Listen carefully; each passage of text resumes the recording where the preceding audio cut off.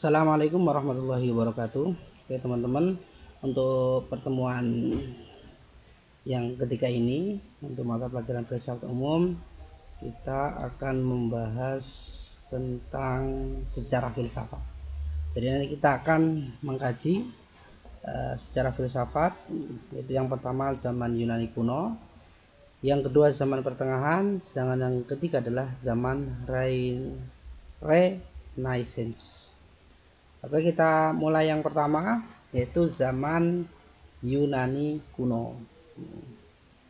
Zaman ini berlangsung dari abad 6 sampai dengan sekitar abad 6 sebelum Masehi.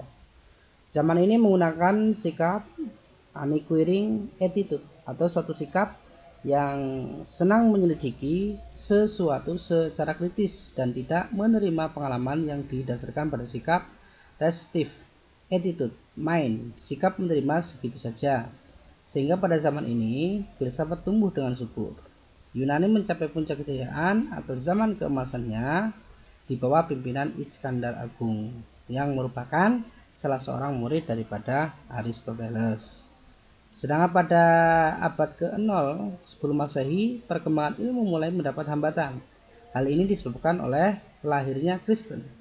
Pada abad pertama sampai abad kedua Masehi, mulai ada pembagian wilayah perkembangan ilmu. Wilayah pertama berpusat di Athena yang difokuskan di bidang kemampuan intelektual, sedangkan wilayah kedua berpusat di Alexandria yang fokus pada bidang empiris. Nah, jadi setelah Alexandria ini dikuasai oleh Roma yang tertarik dengan hal-hal yang abstrak, pada abad keempat dan kelima Masehi, ilmu pengetahuan benar-benar beku. Hal ini disebabkan oleh tiga pokok penting. Yang pertama adalah penguasa Roma yang menekankan kebebasan berpikir. Yang kedua, ajaran Kristen tidak disangkal. Yang ketiga, kerjasama gereja dan penguasa sebagai otoritas kebenaran.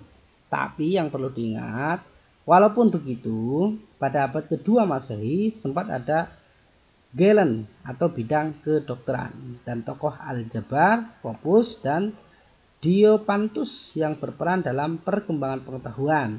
Pada zaman ini banyak bermunculan ilmuwan terkemuka.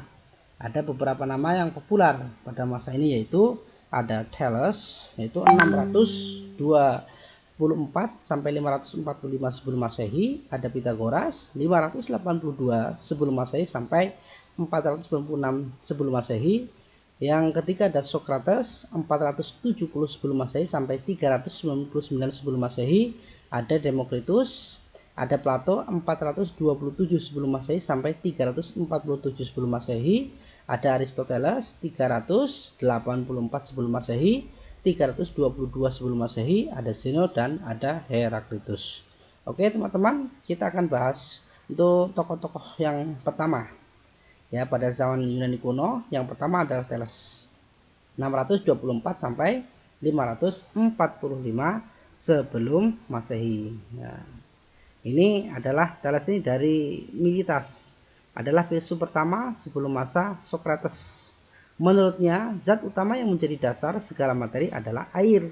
Pada masanya, ia menjadi filsuf yang mempertanyakan isi dasar alam. Sedangkan yang kedua, tokoh yang kedua adalah Pythagoras 582 sebelum Masehi sampai 496 sebelum Masehi.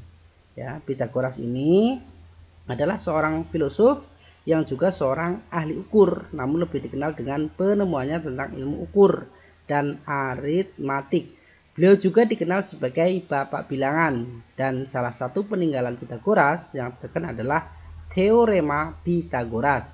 Selain itu, dalam ilmu ukur dan matematika, ia berhasil menyumbang teori tentang bilangan, pembentukan benda, dan menemukan antara nada dengan panjang dawai. Kita lanjut untuk tokoh yang ketiga, ada Socrates, yaitu 470 sebelum Masehi sampai 399 sebelum Masehi. Socrates ini adalah filsuf dari Athena. Dalam sejarah umat manusia, Socrates merupakan contoh istimewa selaku filsuf yang jujur dan berani. Socrates menciptakan metode ilmu kebidanan yang dikenal dengan Maikutika Philins, yaitu suatu metode dialektika untuk melahirkan kebenaran. Ajaran bahwa semua kebenaran itu relatif telah menggoyahkan teori-teori sains yang telah mapan, ya, menggoncangkan keyakinan agama ini, menyebabkan kebingungan dan kekacauan kehidupan. Sokrates bangkit dan meyakinkan orang-orang Athena bahwa tidak semua kebenaran itu relatif, ada kebenaran yang umum yang dapat dipegang oleh semua orang. Sayangnya Sokrates tidak meninggalkan tulisan, ya. Kita memperoleh ajarannya dari tulisan para muridnya, terutama Plato. Kehidupan Sokrates yaitu pada tahun 470 sebelum Masehi sampai 399 sebelum Masehi, ini berada di tengah-tengah keruntuhan Imperium Athena.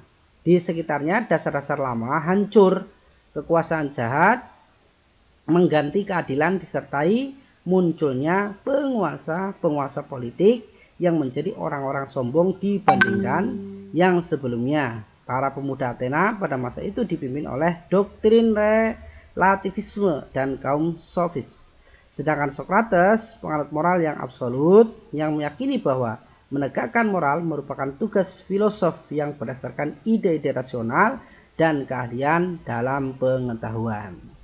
Nah, jadi menurut Sokrates, filsafat adalah kebenaran objektif. Untuk membuktikan adanya kebenaran objektif, Sokrates menggunakan metode yang bersifat praktis, yaitu melalui percakapan-percakapan dan menganalisis pendapat-pendapat tentang salah dan tidak salah, adil dan tidak adil, berani dan pengecut, dan lain-lain. Nah, Sokrates menganggap jawaban pertama sebagai hipotesa, dan dengan jawaban-jawaban lebih lanjut yang menarik konsekuensi-konsekuensi yang dapat disimpulkan dari jawaban-jawaban tersebut. Nah, jadi jika hipotesa pertama tidak dapat dipertahankan karena menghasilkan konsekuensi yang mustahil, maka diganti dengan hipotesa lain. Lalu hipotesa kedua ini diselidiki dengan jawaban-jawaban lain dan seterusnya. Nah, sering terjadi percakapan, Sokrates menghasilkan kebingungan atau yang disebut dengan aporia. Akan tetapi tidak jarang dialog itu menghasilkan suatu definisi yang berguna. Sedangkan Sokrates ini menggunakan metode yang disebut dengan dialektika dari kata kerja Yunani atau dialektai atau bercakap-cakap atau berdialog. Sedangkan dalam teratanya tentang metafisika, ini Aristoteles itu memberikan catatan mengenai metode Sokrates ini. Ada dua penemuan itu berkenaan dengan pengetahuannya, yaitu induksi dan definisi. Pertama, menggunakan istilah induksi, yaitu pemikiran yang bertolak dari pengetahuan khusus, lalu menyimpulkan yang umum. Kedua, menggunakan istilah definisi, yaitu mengupayakan sifat umum dengan menyebutkan ciri yang disetujui, kemudian menyisihkan ciri khusus yang tidak disetujui. Orang sofis beranggapan bahwa semua pengetahuan adalah relatif kebenarannya, tidak ada pengetahuan yang bersifat umum. Dengan definisi itu, Sokrates dapat membuktikan kepada orang-orang sofis bahwa pengetahuan yang umum itu ada, yaitu definisi. Jadi orang sofis tidak seluruhnya benar. Yang benar sebagai pengetahuan bersifat umum dan sebagai bersifat khusus. Yang khusus itu adalah pengetahuan yang kebenarannya relatif. Dengan mengajukan definisi itu, Sokrates telah dapat menghentikan laju dominasi atau relativisme kaum sofis dan orang Athena mulai kembali memegang kaidah sains dan akidah agama mereka. Plato memperkokoh tesis Sokrates itu. Ia mengatakan kebenaran umum itu memang ada. Ia bukan dicari dengan induksi seperti pada Sokrates, melainkan telah ada di alam ide. Kubu Sokrates semakin kuat dan orang-orang sofis semakin kehabisan pengikut. Orang sofis kalap lalu menuduh Sokrates merusak mental pemuda dan menolak Tuhan-Tuhan. Sehingga Sokrates diadili oleh muridnya Plato di bawah judul Apologia atau pembelaan. Sokrates dinyatakan bersalah dan dijatuhi hukuman mati. Nah, selanjutnya ada Demokritus, ya.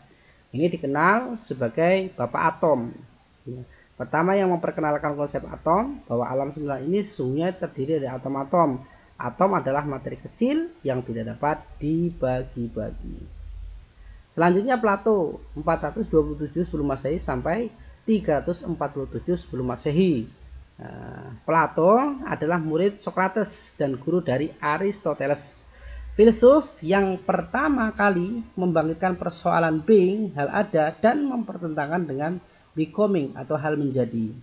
Menurut Plato, tanpa melalui pengalaman atau pengamatan, apabila manusia sudah terlahir dalam hal institusi, maka ia pasti sanggup menatap ke dunia ide dan karenanya lalu memiliki sejumlah gagasan tentang semua hal, termasuk tentang kebaikan, kebenaran, keadilan, dan sebagainya. Plato mengembangkan pendekatan yang sifatnya rasional deduktif, sebagaimana mudah dijumpai dalam matematika. Problem filsafati yang digarap oleh Plato adalah keterlemparan jiwa manusia ke dalam penjara dunia indrawi, yaitu tubuh. Itu persoalan ada dan mengada. Plato salah seorang murid Socrates yang hidup pada tahun 427 sampai 347 sebelum Masehi. Filsafat agama, filsafat pendidikan, filsafat ilmu, filsafat hukum sebagai produk artinya melihat filsafat sebagai kumpulan pemikiran dan pendapat. Setelah Plato meninggal, Aristoteles menjadi guru pribadinya Alexander Agung. Plato adalah salah satu dari filsuf besar Yunani yang hidup sekitar abad ke-4 sebelum Masehi. Yang gagasan banyak dikembangkan oleh era filsafat maupun para pemikir selanjutnya, termasuk gagasan-gagasan keagamaan di kemudian hari yang juga menjadi perhatian Plato di bawah pengaruh Sofisme Pitagoras. Ya, jadi sedikit banyak setelah masa filosofis, Plato mentransformasikan pemikirannya ke wilayah religius dengan gagasannya tentang ide dan cinta atau eros sebagai pendorong gerak untuk mencari hakikat dan kehidupan. Nah, dalam dua bukunya Muhammad Hatta, yaitu Alam Pikiran Yunani, ia digambarkan sebagai orang paling bijak yang pernah dilahirkan sejak era Pitagoras dan sebelum Aristoteles dilahirkan. Nah, jadi setidaknya demikianlah yang diyakini oleh mereka yang mengenal benar pikiran Plato. Salah satu yang kontroversial dan mengandung pertanyaan banyak orang yang para arkeolog adalah hipotesis metaforisnya tentang Atlantis sebagai benua yang tenggelam yang konon digambarkan Plato sebagai suatu pulau atau anak benua Nessos atau kontinen, di mana peradaban manusia masa kini berasal. Demikian tingginya peradaban manusia Atlantis sampai-sampai kesombongan hingga pada para penduduknya, dan dalam sekejap mata menurut taksiran para ahli purbakala yang berniat membuktikan keberadaan benua Atlantis. Benua itu lenyap ditelan tsunami yang sekarang disebut Atlantik. Jadi peristiwa Atlantis mirip dengan gempa bawah laut tsunami yang menimpa Serambi Mekah pada tanggal 26 Desember 2004 yang lalu. Oke, kita lanjut. Untuk tokoh selanjutnya ada Aristoteles, yaitu 384 sebelum Masehi sampai 322 sebelum Masehi. Aristoteles adalah seorang filsuf Yunani. Nah, ini adalah murid dari Plato dan guru Alexander. Ia memberikan kontribusi bidang metafisika, fisika, etika, politik, ilmu kedokteran, dan ilmu alam. Di bidang ilmu alam, ia merupakan orang pertama yang mengumpulkan atau mengklasifikasikan spesies biologi secara sistematis. Jadi selain di Yunani, ya, astronom dan ahli matematika juga berkembang di India. Ada Aryabhata, yaitu 476 Masehi. Ini melahirkan hitungan desimal sederhana. Di bidang astronomi, ia juga memperkenalkan jumlah fungsi trigonometri termasuk sinus, versinus, kosinus, dan inverse, tabel trigonometri, teknik-teknik, dan algoritma dan aljabar. Oke, kita lanjut. Selanjutnya adalah tokoh Zeno. Ya, Zeno ini lahir pada tahun 490 sebelum Masehi. Nah, ia dapat merelatifkan kebenaran yang telah mapan. Orang-orang sofis tidak disenangi para filsuf karena sifat mereka ditentang oleh Socrates dan Plato. Pada kata sofis terkadang arti tipuan, hipret, dan sains. Mereka orang-orang yang menjual kebijakan untuk mendapatkan materi. Mereka itu ingin populer dengan ide-idenya tanpa memperlihatkan sesuatu yang orisinil. Jadi kalau dalam moral, Jadi kalau dalam moral ya, jadi kalau dalam, saya ulangi ya, jadi kalau dalam moralnya ya, nah, dikatakan menganut moral yang relatif. Pendek, kata orang-orang sofis, tidak ada generalisasi. Dengan kata lain, tidak ada kebenaran umum atau semua kebenaran itu relatif ya. Nah, salah satu sebab kaum filsuf menentang mereka mati-matian adalah mereka sangat populer di Athena. Mendengarkan ocehannya dan menerimanya sebagai tidak mungkin salah dianggap sebagai wahyu oleh murid-muridnya. Ya, jadi sebagian orang filosof menentang orang-orang sofis karena mereka mau menerima uang dari ajaran mereka. Nah, Plato memandang uang yang didapat bisa merendahkan derajat filsafat. Kebanyakan dari kelas rendah di masyarakat filsuf mendatangkan bahwa filsafat untuk disenangi bukan untuk mencari uang ya. Jadi ini adalah tokoh Zeno. Selanjutnya adalah Heraklitus. Heraklitus ini yang hidup pada sekitar tahun 500-an sebelum Masehi. Dia yang mengagetkan manusia awam barangkali pertama kali dilontarkan tatkala ia berkata bahwa sesungguhnya ya, sungguh H2 ada. Yang hakikat ialah gerak dan perubahan dan paham relativisme. Semakin mempunyai dasar setelah Heraklius menyatakan engkau tidak dapat terjun ke sungai yang sama 2 kali karena air sungai itu selalu mengalir. Jadi menurut Heraklitus, alam semesta ini dalam keadaan berubah. Suatu yang dingin berubah menjadi panas, yang panas berubah menjadi dingin. Itu berarti bila kita memahami kehidupan kosmos, kita mesti menyadari bahwa kosmos itu dinamis, kosmos tidak pernah berhenti, ia selalu bergerak dan bergerak berubah-ubah. Gerak itu menghasilkan perlawanan.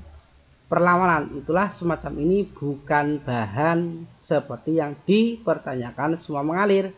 Berarti semua berubah, bukanlah pertanyaan yang mengandung sederhana. Implikasi pertanyaan ini amat hebat.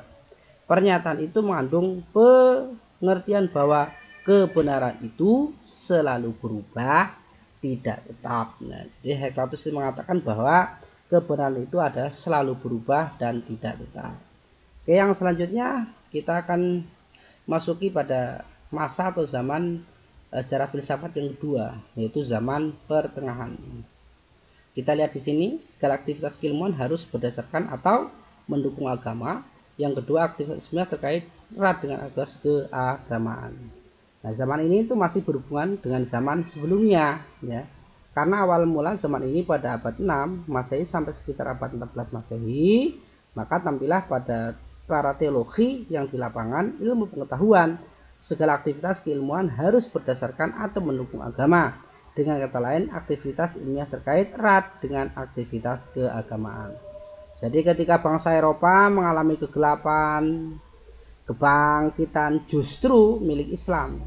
Hal ini dimulai dari lahirnya Nabi besar Muhammad SAW itu pada abad ke-6 Masehi. Perluasan wilayah, pembinaan hukum, serta penerjemahan filsafat Yunani dan kemajuan ilmu pengetahuan pada abad ke-7 Masehi sampai abad ke-12 Masehi. Pada masa ini Islam mendapat masa keemasan atau Golden Age. Nah, selain itu pada abad ini terjadi abad perkembangan kebudayaan di Asia Selatan dan Timur seperti ajaran Lao Tzu atau menjaga keharmonisan dengan alam, dan Confucius atau konsep kode etik luhur mengatur akal sehat. Nah, jadi sepanjang Eropa itu mengalami masa kegelapan, di sebelah selatan Laut Tengah itu berkembang kerajaan bangsa Arab yang dipengaruhi oleh budaya Islam. Dengan berkembang pengaruh Islam, maka semakin banyak pula tokoh-tokoh ilmuwan yang berperan dalam perkembangan ilmu mereka adalah sebagai berikut. Jadi zaman pertengahan ini juga lahir para tokoh-tokoh yang membawa kegunaan atau masa kemasan. Di antaranya apa? Yaitu Al-Farabi, itu 870 Masehi sampai 950 Masehi. Nah, jadi hasil pemikiran ya atau Al-Farabi ini adalah seorang komentator filsafat Yunani yang sangat ulung di dunia Islam.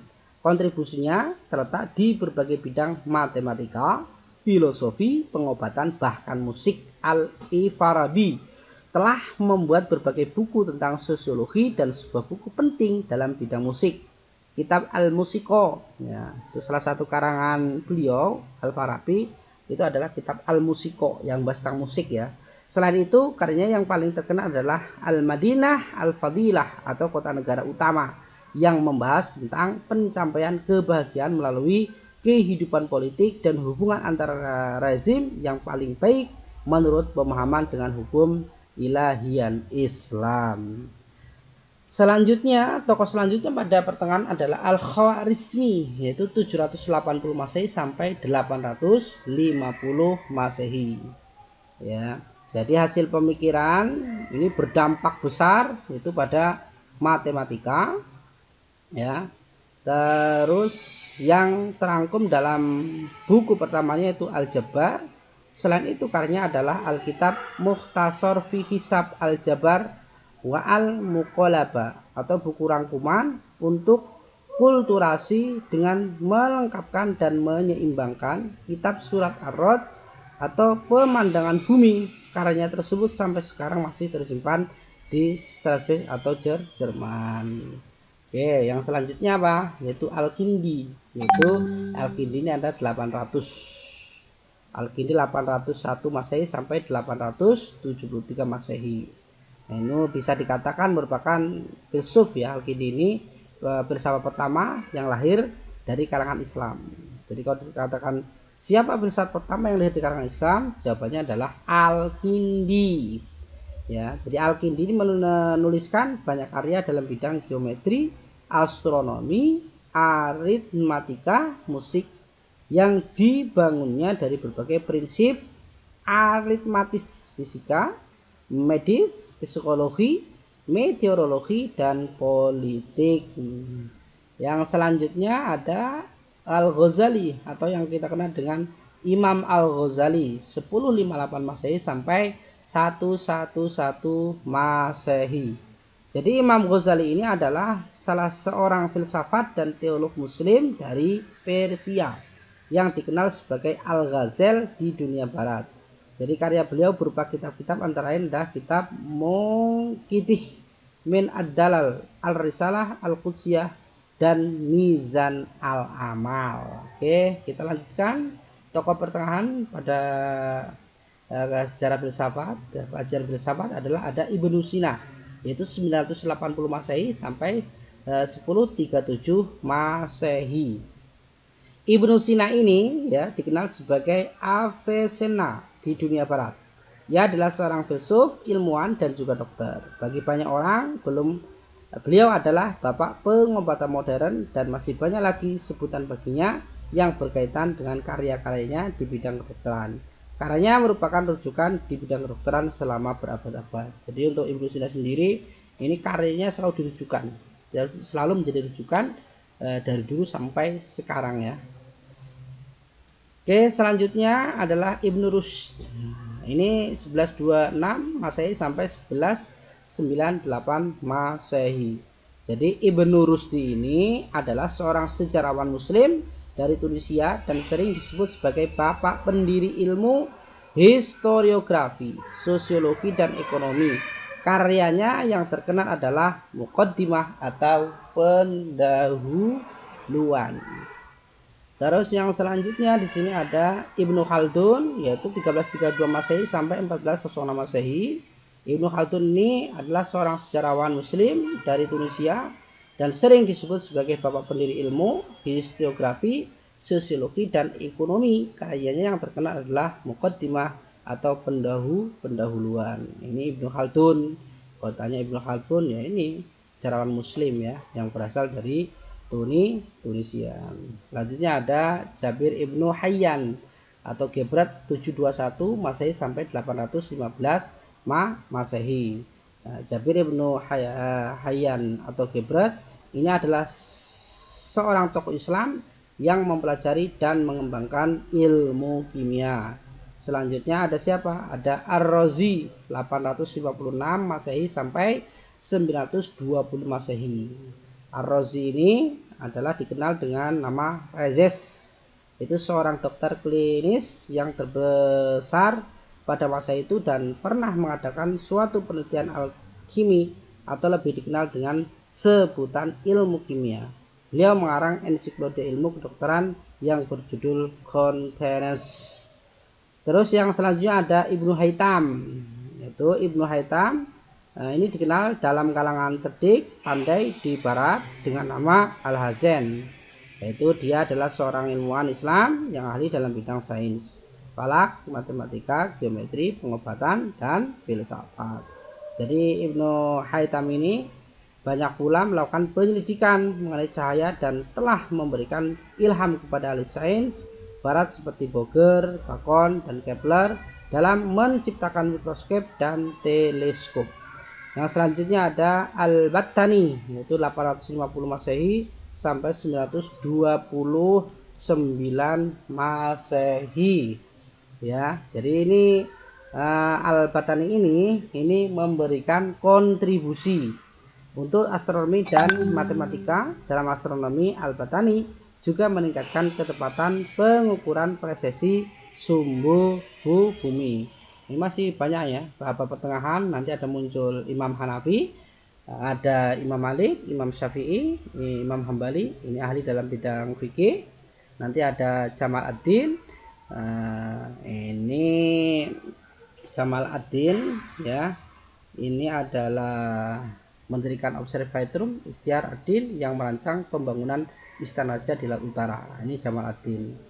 Itu nanti ada juga selain Jamal ad-Din ada Yaqut bin Abdullah al-Hamawi, nanti ahli dalam bidang ilmu sosial. Ada Shen Kou, ahli dalam ilmuwan Cina ya. Ada Zhu Song, ini seorang astronom. Itu adalah nama-nama tokoh filsafat pada abad pertengahan. Oke, kita lanjut untuk yang terakhir ya. Kita akan bahas tentang zaman Renaissance ya. Perhatikan di situ untuk zaman Renaissance sendiri ya, ini berlangsung pada awal abad 14 Masehi sampai dengan abad 17 Masehi. Jadi Renaissance sering diartikan sebagai kebangkitan, peralihan atau lahir kembali, yaitu dilahirkan kembali sebagai manusia yang bebas untuk berpikir dan jauh dari ajaran-ajaran agama. Jadi kalau ada orang mempunyai kebebasan berpikir, ingin menjauhkan dari ajaran-ajaran agama, berarti ini adalah bisa dikatakan sebagai Renaissance ya. Pada zaman ini kebebasan berpikir jauh dari agama, ini banyak tokoh ya, yang berpengaruh pada zaman ini ya. Itu ada yang pertama ada Nicolaus Copernicus, yaitu ada 1473 Masehi sampai 1543 Masehi. Ini Nicolaus ini adalah seorang astronom, matematikawan, dan ekonomi yang berkebangsaan Polandia yang mengembangkan teori heliocentris atau tata surya berpusat di matahari. Nah, ini yang mengembangkan ini ya, Nicolaus. Jadi pusat tata surya itu matahari. Jadi ini menurut Nicolaus Copernicus ya. Terus yang kedua apa? Ada Galileo Galilei. Ini 1564 Masehi sampai 1642 Masehi. Galileo Galilei ini adalah seorang astronom, filsafat, dan fisikawan Italia ya, yang memiliki peran besar dalam revolusi ilmiah. Sumbangannya dalam keilmuan antara lain adalah penyempurnaan teleskop dengan 32 kali pembesaran, dan sebagai observasi astronomi dia adalah orang pertama yang melukiskan tata surya seperti yang kita kenal dengan sekarang. Ini siapa yang menemukan? Itu Galileo Galilei. Terus yang selanjutnya ada Tycho Brahe. Ya, Tycho Brahe ini adalah di tahunnya 1546 Masehi sampai 1601 Masehi. Jadi Tycho Brahe ini adalah seorang bangsawan dari Denmark yang terkenal sebagai astronom atau astrolog dan alkimiawan. Tycho adalah astronom pengamat paling menonjol di zaman prateleskop. Akurasi pengamatannya pada posisi bintang dan planet tak tertandingi pada masa itu. Ya, terus ada juga, kita lanjutkan tokoh-tokoh selanjutnya, ada Johannes Kepler, yaitu 517 Masehi sampai 1630 Masehi. Jadi Johannes Kepler ini adalah salah seorang astronom dari Jerman, matematikawan dan astrolog. Ia paling dikenal melalui hukum gerakan planetnya. Kepler juga ahli optik dan astronomi. Penjelasannya tentang pembiasan cahaya tertuang dalam buku Supplement to Widow Expounding the Office of Astronomy. Ia adalah orang yang pertama yang menjelaskan cara kerja mata. Nah, ini oleh Johannes Kepler. Selanjutnya ada Van Kis Bacon. Ya, Van Kis Bacon ini adalah seorang filsafat, negarawan, dan penulis Inggris. Karya-karyanya antara lain adalah membangun dan mempopulerkan metodologi induksi untuk penelitian ilmiah, seringkali disebut dengan Baconian. Yang selanjutnya tokoh pada zaman Renaissance yang terakhir adalah ada Andres Vesalius, yaitu tahun 1114 Masehi sampai 1564 Masehi. Andres Vesalius adalah ahli anatomi. Ia memperkenalkan tentang anatomi tubuh manusia. Ia juga menulis sebuah teks mengenai tumbuhan dan obat. Nah, jadi itulah yang bisa saya sampaikan ya. Jadi secara filsafat yang telah kita bahas ada zaman Yunani kuno, zaman pertengahan sampai zaman Renaissance. Jadi bisa kita ambil kesimpulan dari penjelasan yang telah saya paparkan bahwa secara perkembangan ilmu itu bermula dari zaman prabatu, prasejarah, atau bisa dikatakan zaman batu ya. Pada masa itu ilmu hanya sebatas rasa ingin tahu mengenai alam sekitarnya. Namun periodisasi ilmu pengetahuan secara teoritis selalu mengacu pada peradaban Yunani. Jadi periodisasi perkembangan ilmu pengetahuan zaman pra-Yunani kuno terbagi menjadi 3, yaitu ada zaman batu tua, zaman batu muda, dan zaman batu logam. Zaman Yunani merupakan zaman filsafat karena pada zaman ini para filsuf menggunakan sikap unacquiring attitude ya, dan tidak menerima pengalaman yang didasarkan pada sikap receptive attitude. Nah, jadi di zaman ini banyak bermunculan filsuf terkenal seperti Thales, Pythagoras, Socrates, Democritus, Plato, dan Aristoteles.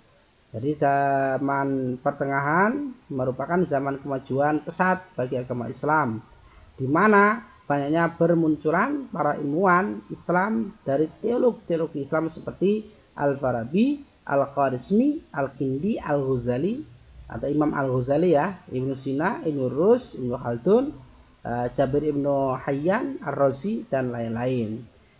Yang terakhir adalah zaman Renaissance, merupakan kebangkitan para filsuf yang bebas berpikir tanpa adanya pengaruh ajaran agama. Tokoh-tokoh yang terkenal seperti Nicolaus, Copernicus, Galileo Galilei, Johannes Kepler, dan Francisco Bacon ya. Mungkin hanya itu yang bisa saya sampaikan teman-teman. Awal akhir mohon maaf atas segala kekurangan. Namun sebelumnya ya, untuk tugas yang harus kalian kerjakan adalah ini perintahnya, yaitu tugas dikumpulkan lewat learning ya. Perintahnya yang pertama adalah membuat 15 soal analisis dari materi pertemuan ketiga. Kemudian 15 soal tersebut dijawab sendiri. Saya ulangi, tugas dikumpulkan lewat learning. Membuat 15 soal analisis dari materi pertemuan ketiga yang telah kita pelajari barusan ini ya. Terus kemudian 15 soal yang telah kalian buat itu dijawab sendiri dan dikumpulkan lewat learning. Terima kasih. Assalamualaikum warahmatullahi wabarakatuh.